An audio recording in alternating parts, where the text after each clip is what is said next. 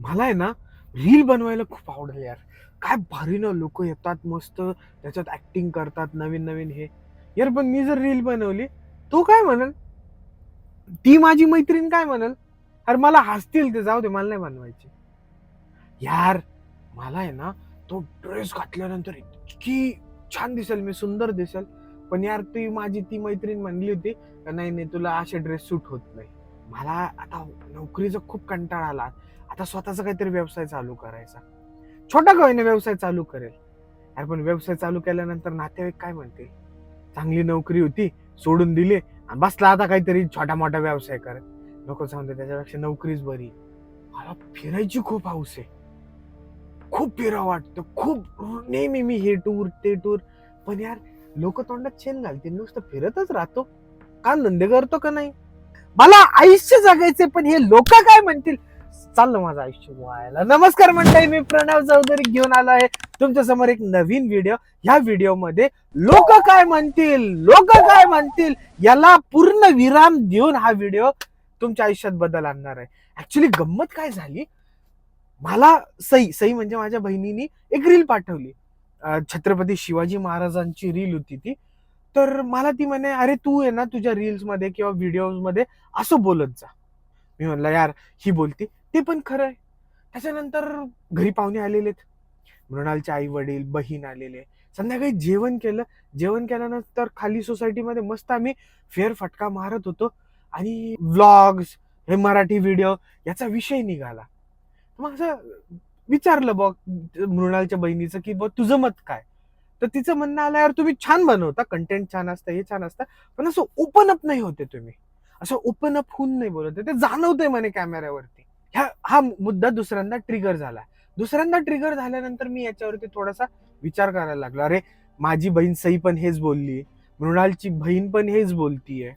मग मी मृणालची या विषयावरती चर्चा केली. यार नेमकं काय तुला काय वाटतं, हे असं बोलतायत काय, काय खरं काय खोटं. ती म्हणे यार प्रणव बरोबर आहे. आपण ज्यावेळेस व्हिडिओ बनवतो ना, आपला कंटेंट चांगला असतो, आपली तळमळ चांगली असते, पण ते ओपन अप आपण नाही होत. जे ओपन अप, ती म्हणे खास करून माझा स्वभाव थोडासा बडबड आहे. मी कंटिन्यू बडबड करत असतो किंवा माझ्या समोर कोणी जो व्यक्ती येईल त्याला असं आपलंसं करून त्याच्याशी मैत्री करून त्याच्यासोबत गप्पा मारत असतो. मग तुला व्हिडिओ समोर होतं काय.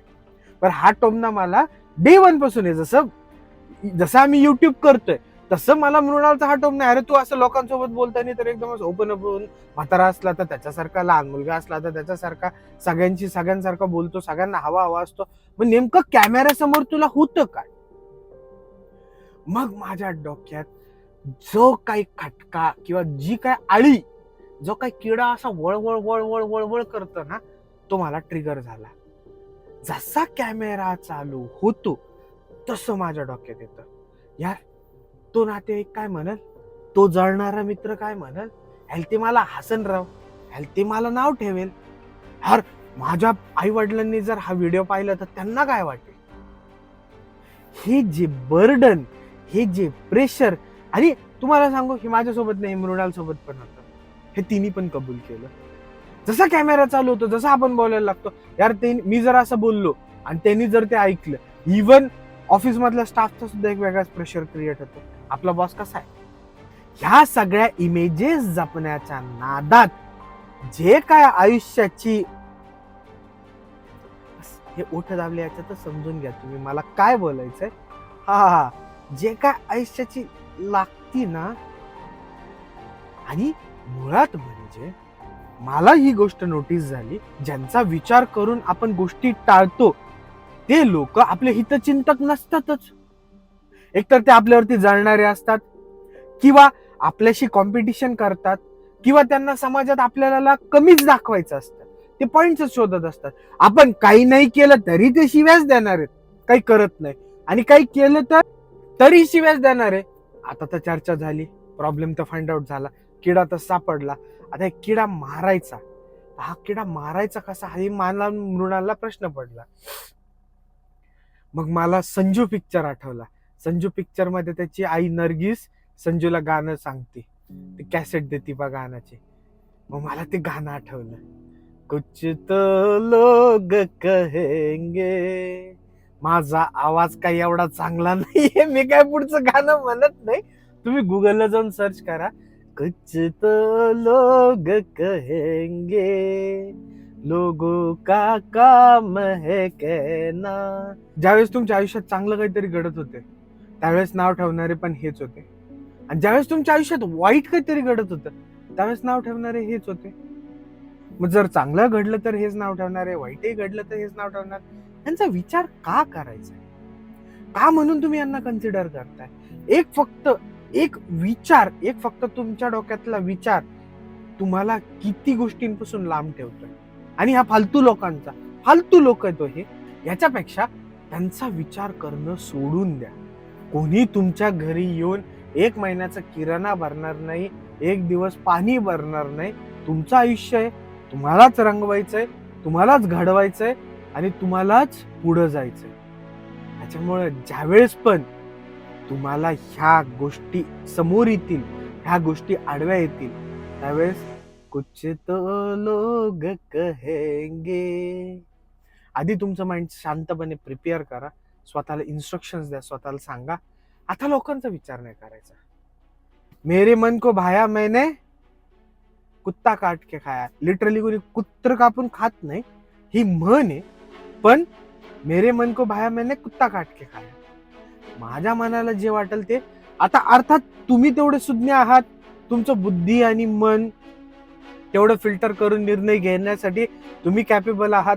तुम्ही चुकणार नाही याची तुम्हाला खात्री असणार.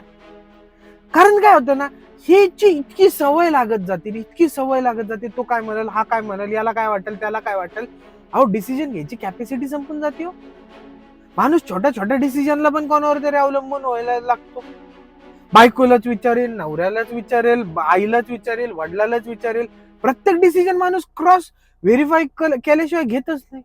कारण एक भीती, नको बा माझा निर्णय नको चुकायला, अरे नको बा माझा निर्णय नको चुकायला. अरे चुकू दे ना, काय होतं चुकल्याने?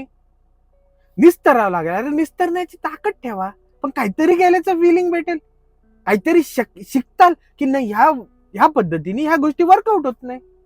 घाबरताय कशाला? रतन टाटांचं वाक्य आहे. त्यांना एका जणाने विचारलं की डिसिजन घेताना तुम्ही एवढे मोठे मोठे डिसिजन घेतात, तुम्हाला डिसिजन घेताना भीती नाही वाटत का? त्यांनी उत्तर दिलं होतं, मी डिसिजन घेताना भीत नाही.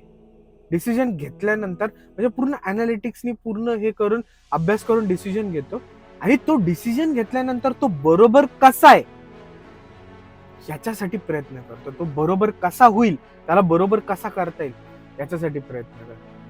ही खूप मोठी शिकवण आहे. आजपासून डिसिजन घ्यायला शिका, लोकांचा विचार बंद करा. कोणी काहीही देत नाही, कोणी काहीही पुरवत नाही. जे देत नाही पुरवत नाही त्यांचा विचार कशाला करायचा? आपल्या लोकांचा विचार करा, प्रेमाच्या लोकांचा विचार करा, फक्त त्यांना इन्क्लूड करा, डिसिजन घ्या, पुढे चाला. जर मंडळी तुम्हाला कोणतीही व्यक्ती, कोणतीही गोष्ट, काहीही डिसिजन घेण्यापासून किंवा पुढचं पाऊल टाकण्यापासून रोखत असेल तर आज ह्या कमेंट बॉक्समध्ये लिहून त्याला कायमचं संपवून टाका. किंवा नाही कमेंट बॉक्समध्ये तुमच्या डायरीमध्ये ती लिहा, मला ही गोष्ट त्रास देते, आणि खाली अफर्मेशन म्हणजे खाली लगेच सेंटेन्स लिहा, आजपासून मी स्वतःचं नाव लिहा, आजपासून प्रणवला उर्फ मला ही व्यक्तीचा विचार त्रास देणार नाही. हे कमेंट बॉक्समध्ये लिहा. नाही कमेंट बॉक्समध्ये तुम्हाला जगासमोर नाही आणायचं, ठीक आहे, डन. तुमच्या वहीमध्ये लिहा आणि ही गोष्ट संपवा. ही अशीच संपेल. समजतंय तुम्हाला? अजून या कमेंट बॉक्समध्ये लिहून सांगा की तुम्हाला कोणत्या कोणत्या गोष्टी एक चांगला डिसिजन किंवा लाईफ चेंज करण्यापासून रोखवत आहेत. समजतंय? आवडला ना व्हिडिओ? मस्त वाटला ना? तुमच्या प्रॉब्लेमला सोल्युशन भेटलं ना? एक लाईक द्या मग मला. एक लाईक तर देऊ शकता ना मला मोटिवेट करण्यासाठी. तर चला मंडळी, हा व्हिडिओ आपण इथंच थांबवूयात. ह्या व्हिडिओमध्ये मी एकदम मनातून, आतून आणि मला घडलेल्या गोष्टी समोर आणून मांडल्यात. मला असं अपेक्षा आहे की तुमच्या लाईफ मधला पण हा प्रॉब्लेम सॉल्व्ह होऊन जावा, दूर होऊन जावा. तर मंडळी, पुढच्या आठवड्यात, पुढच्या शुक्रवारी सेम असाच पण नवीन टॉपिकवर, नवीन मुद्द्यांवरती आपण व्हिडिओ घेऊन येऊयात. तोपर्यंत माझी वाट बघा, मी तुमची वाट बघेल. मी प्रणव चौधरी तुमची रजा घेतो. धन्यवाद.